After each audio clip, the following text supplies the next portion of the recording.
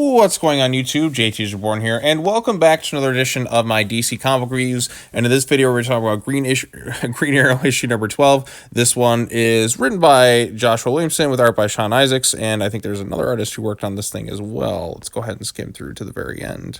Phil Hester, Eric Astor, Sean Isaacs. Yeah, there's a lot of different people who worked on this thing as well. But anyway, so this is kind of the end of the first big story arc of Green Arrow. It's basically kind of setting in motion. It kind of wraps things up, but then kind of leaves the door open for Absolute Power to kind of come up next. This is kind of a calm before the storm. It kind of adds some much needed levity to the Green Arrow family, something that we really haven't seen in quite a long time. I mean, obviously, the end of the last issue, Ollie basically was face to face with Malcolm Merlyn once again, and all the various light constructs that Malcolm has created of his family. So Ollie is basically physically kind of facing a threat. It's not quite his family, but they're just these constructs that are meant to represent his family. And the idea is Merlyn's going to have him like endlessly tortured until he eventually dies at the hands of like his family. So the last thing that's all he's going to see, and it's basically him all out war, and he's trying to put things in together, trying to stop Merlyn once and for all. But then he finds some means to kind of teleport the actual family members there, so they can all get into a fight with each other.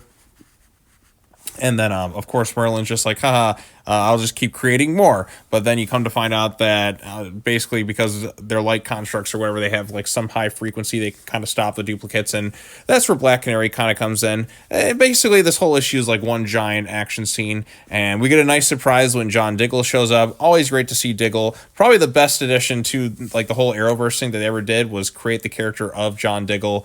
Great character in the show. Great character like in the comics in general. Like I said, that's the one thing the Arrowverse did, is bringing in that character that, you know, that's probably universally most liked original character in the entirety of the Arrowverse. And I'm glad that Diggle was brought over to the comics, because like I said, I always really liked Diggle. So Diggle comes in, able to kind of take Merlyn in, and all he has like one last teleportation thing within him. And so basically he teleports them all to the island, and Roy is reunited with his daughter. And they're like, well, what about this whole like sanctuary thing? Like, we'll worry about that thing tomorrow. Like, why are we all on this island? Let's have a nice family day together. It's very kind of reminiscent of what Williamson did with Robin, where they're all kind of having a fun beach day. And once again, they're having a fun beach day. I mean, you have all the different characters here. The Arrow fam, Diggle's kind of off doing his thing. He kind of took Malcolm Merlyn into custody, basically because he left breadcrumbs for him to kind of show up, and they're just kind of there. And look, we have more things to kind of coming up on the horizon, but in the meantime, let's just enjoy the moment. We know we got to get back to superhero stuff, but we've been separated for quite a long time. Let's have a little bit of fun. Let's add some much needed levity to our lives. It's not like it's a book that's been like the Green Arrow family has been given a lot of fluff for quite a long time, because they really haven't. I mean, they've been kind of separated for a while, and they're just kind of thrown in like one crappy situation after another. So moments like that at the end of issue 12, I feel like are genuinely kind of earned, and they do kind of deserve a bit of a break together. Obviously, shit's about to hit the fan with Absolute Power, and everyone's going to be put into like the meat grinder basically, but I feel like their moment at the end where they're all kind of united and just having a little fun, because like I said, they've been separated for so long, was good. I genuinely like that. Yeah, like I said, Merlyn coming back so soon didn't really feel like, do we really have anything else? But you know what? He's taken care of. Diggle showed up, did his big kind of heroic moment, if you will, and the family worked together, and they got their nice little moment at the end. We're still going to have issues of Green Arrow like coming up in that, I think, during the course of Absolute Power. I'm not sure how long this book's going to go on for, but it is nice to see the family all together for once after so many years of being apart, and just kind of having a little bit of a nice moment together. So this is an example where kind of like the everyday kind of fluff moments are needed when it's been nothing but the family's been separated, they've gone through hell, gone through hell, gone through hell, gone through hell. Like this feels earned. Whereas something where kind of the Nightwing book went on for so long, where there's almost too much kind of fluff going on, and you need a little bit more of the nitty gritty stuff. But for Green Arrow, who's gone through all that stuff, and obviously years and years of the family being apart in, you know, comics, and also not having a Green Arrow book for a while, it feels definitely like really kind of earned in that. And the artwork here by, you know, the multiple artists on it actually looks like really great. I think they all like complement each other so well. I didn't really notice too much of the different styles, but everything kind of comes together like in a nice neat little package. And I mean, visually it looks really good from start to finish, and it's just kind of nice seeing everyone together, having their little moments at the end. It does feel like it went by awfully quick, but this storyline is wrapped up. The family is once again together, and I feel like a lot of those lingering plot threads are kind of wrapped up. Now they can kind of go on some new adventures once more as a more united front. So that's the stuff I'm kind of looking forward to seeing with the Green Arrow character in the book, to see where it could go.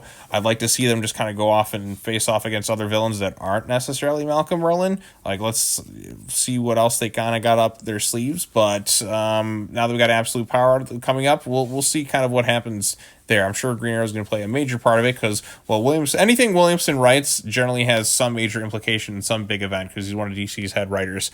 But we'll see where Green Arrow kind of goes from there. But overall consensus, like I said, I did enjoy this thing. It did kind of fly by awfully quickly, and some of it did feel reminiscent of Williamson's Robin book. I mean, they even kind of go back to the island and have their fun little beach day, which is something that kind of happened at the end of like the first big arc in the Robin book, where they kind of all go off to the island and just kind of have fun on Lazarus Island. Now we're kind of doing the same thing here, but again, the island is something that kind of ties more into Oliver and his past, so it kind of makes sense why he'd pick that place.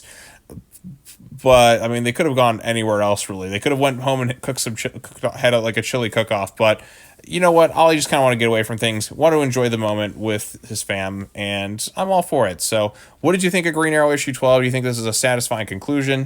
Do you think this is the strongest Green Arrow book has been in? Well, obviously we haven't had a Green Arrow book in many, many years. I still think Green Arrow Rebirth was like really top notch, at least for like the first run by Percy, and I wonder what that guy's up to these days, because I really liked his work on Green Arrow. I wouldn't mind him like coming back to kind of write the character again, because it was so good. But I did enjoy this one overall. So, all right, well, that's all I have to say. I got like one more DC comic book, which is Detective Comics, the latest issue, which I haven't read yet. I think Leanne was like a factor in that, so I'm going to assume that this is taking place after the Detective Comics story arc, because like Leanne was in that last I checked. But it's nice to have her and Roy kind of back as a family. I still wonder what her age is. Like, I mean, she looks a little bit older, but a little bit younger at the same time.